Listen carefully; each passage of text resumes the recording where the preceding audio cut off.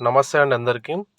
ఇక కొత్తగా డ్రైవింగ్ నేర్చుకునే వాళ్ళకి నేను చెప్పాల్సింది ఏంటంటే, ఫస్ట్ ఇగ్నిషన్ పైన చేయి పెట్టేసి, ఈ క్లచ్ ఉంటుంది కదా, క్లచ్ పైన కాలు పెట్టాలి.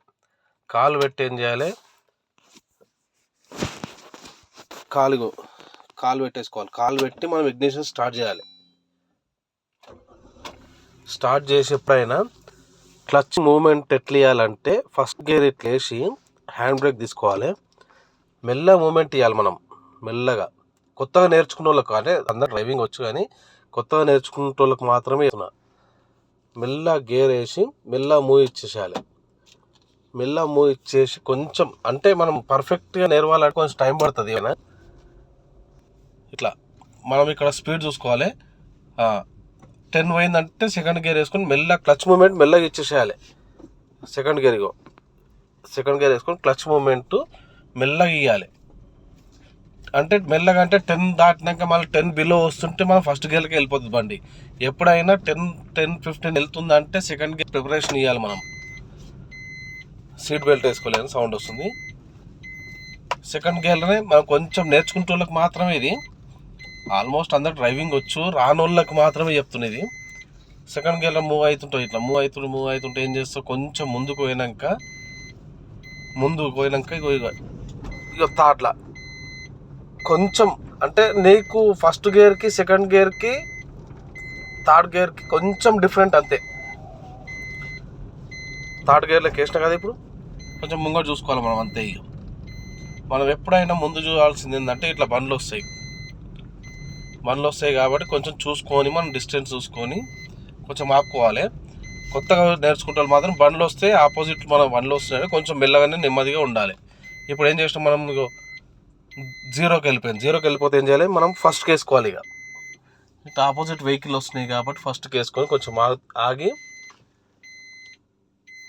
మనం, ఇట్లా వెహికల్ వస్తాయి, ఆగి మూమెంట్ ఇవ్వాలి. మనం ఫస్ట్ గేర్కి వేసుకున్నాము, మూమెంట్ ఇచ్చినాం అనుకో, అటు ఇటు చూసుకోవాలి మనం, ఇటు వస్తున్నాయి ఏమొస్తున్నాయో చూసుకొని ఇటు కొట్టేసుకున్నాక మనం సేఫ్ సైడ్ లెఫ్ట్ సైడ్లోకి వెళ్ళాక ఇక మళ్ళీ సెకండ్ గేర్కి వేసుకోవాలి బండి.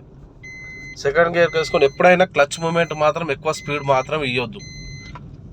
ఇస్తే మనం ఏదైతే సడన్లీ పికప్ తీసుకున్నాం అనుకో, బండి పెట్రోల్ లాస్ అవుతాం మనం. ఇక థర్డ్లోకి వేసుకున్నాం. మనం మీటర్ చూసుకోవాలి ఎప్పుడైనా.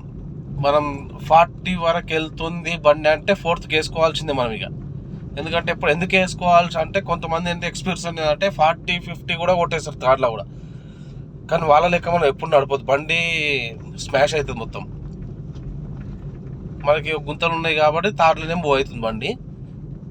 ఒకవేళ మనం థర్డ్లోనే ఎక్కువ పోవాలనుకుంటే బండి ఆల్రెడీ ఇంజన్ సౌండ్ మనకు వచ్చేస్తూ ఉంటుంది, గిర్రమంట. అది ఇగో ఫోర్త్ వేసుకుని ఇలా మెల్లగా ముంగట వెహికల్స్ ఉంటాయి కాబట్టి మళ్ళీ ఆపుకోవాలి మనము. ఆపుకొని ఇమీడియట్లీ కొంతమంది ఏం చేస్తారంటే ఫస్ట్ గేర్కి వేస్తారు. ఫస్ట్ గేర్కి ఎప్పుడు వేయొద్దు. కొంచెం స్లో అవుతుందంటే, ఈ స్పీడ్లో ఉందంటే సెకండ్కి వేసుకోవచ్చు, ఏం కాదు. సెకండ్ల గేర్లో మెల్లగా వెళ్తుంది చూడు బండి.